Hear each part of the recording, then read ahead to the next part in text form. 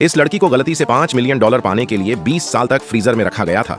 उसने सोचा कि केवल एक दिन बीता है, इसलिए जब वह उठी तो उसने जल्दी से घर जाने के लिए बस पकड़ने की कोशिश की।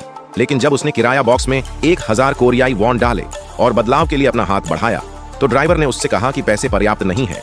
उसने भ्रम में ऊपर देखा, केवल यह जानने के लिए कि किराया बढ़कर 1300 हो गया था।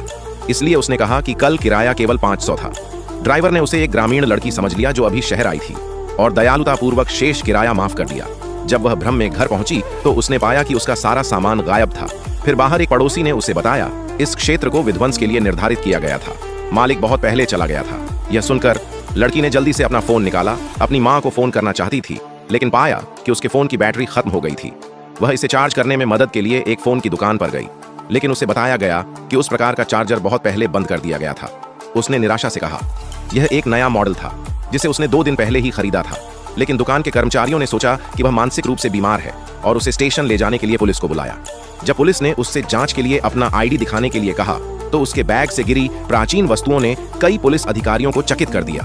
और जब लड़की ने अपना आईडी सौंपा तो मुख्य अधिकारी और भी चौंक गया, क्योंकि उसमें उसकी जन्मतिथि 1976 लिखी थी, लेकिन वह बिल्कुल भी 44 साल की नहीं लग रही थी।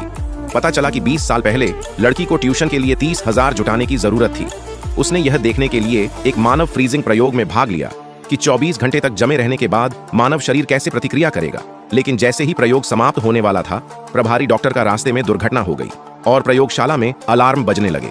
सहायक कुछ गलत होने के डर से आपातकालीन सुरक्षा प्रणाली को सक्रिय कर दिया, जमे हुए लड़की और अन्य लोगों को भूमिगत छिपा दिया।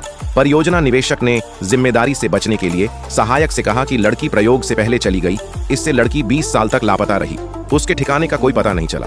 उन्होंने जल्दी से उसकी मां का फोन नंबर उसकी पंजीकरण जानकारी के माध्यम से पाया, लेकिन जब उन्होंने फोन किया तो किसी ने जवाब नहीं दिया। कोई विकल्प नहीं होने पर उसने अपनी मां के लिए एक संदेश छोड़ा।